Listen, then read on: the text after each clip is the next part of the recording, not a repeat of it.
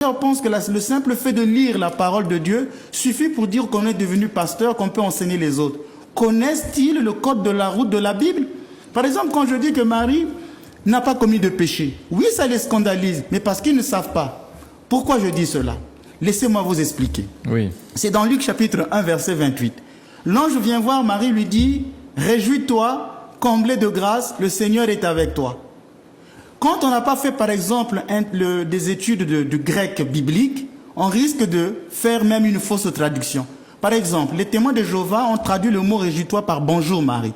Mais Marie n'a pas reçu un bonjour. Ce n'était pas bonjour. Le texte grec, c'est « Kere ». « Kekari to mene, o Kyrios metasu ».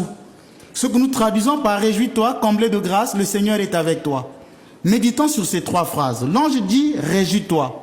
Le texte dit que Marie est troublée par la salutation. Ce n'était donc pas un bonjour. Parce que si c'était un bonjour, comment peut-elle être troublée par la salutation? Et le texte dit que Marie entend la voix de l'ange qui lui parle. Alors que chez Zacharie, le texte dit que Zacharie vit l'ange et fut troublé. Zacharie est troublé par l'ange. Mais Marie n'est pas troublée par l'ange, mais par la salutation. Peut-être que ce n'était pas une apparition. Peut-être que Marie entendait une voix, mais n'avait pas vu l'ange. J'ai dit c'est une opinion théologique. Donc ici, on voit bien que Marie est troublée par la salutation. Ça ne pouvait pas être un bonjour. Et on dit que c'est kéré, réjouis-toi. C'est du grec. Mais Marie est une femme juive. Comment pouvait-elle entendre le grec? Et là, je vais raconter une chose encore chez nos pasteurs. C'est que le texte de Luc est un texte historique. Mais c'est aussi un texte théologisé.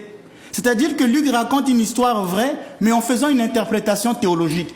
Son intention, c'est qu'il fait exprès d'écrire Kéré. Il se peut que Marie n'avait pas entendu Kéré puisqu'elle est juive. Elle n'est pas grecque. Mais c'est un texte historique puisque Luc, c'est Marie qui lui a raconté cette histoire. Et Luc met un peu de lui dans le texte en mettant le mot Kéré. Le mot Kéré, réjouis-toi, dans la Bible, ce mot n'est jamais employé.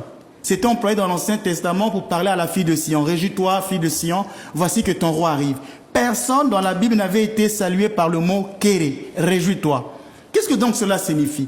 Cela signifie que Adam et Ève pleuraient parce que quand ils ont été refoulés du jardin d'Éden, à cause du péché, Adam et Ève ont été expulsés du jardin d'Éden.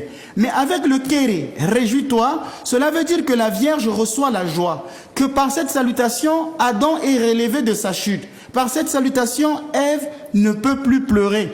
Marie personnifie ici la nouvelle Ève qui reçoit la salutation pour Dieu. Désormais, toi, tu es dans le jardin de la grâce. Donc, ce réjouis-toi, ce kéré, exprime que Marie est dans le jardin de la grâce, que par elle, l'homme est relevé de sa chute, que par elle, Ève ne peut plus pleurer, que par Marie, la création entière reçoit la joie. Mais quelle est cette joie si ce n'est pas être libéré du péché?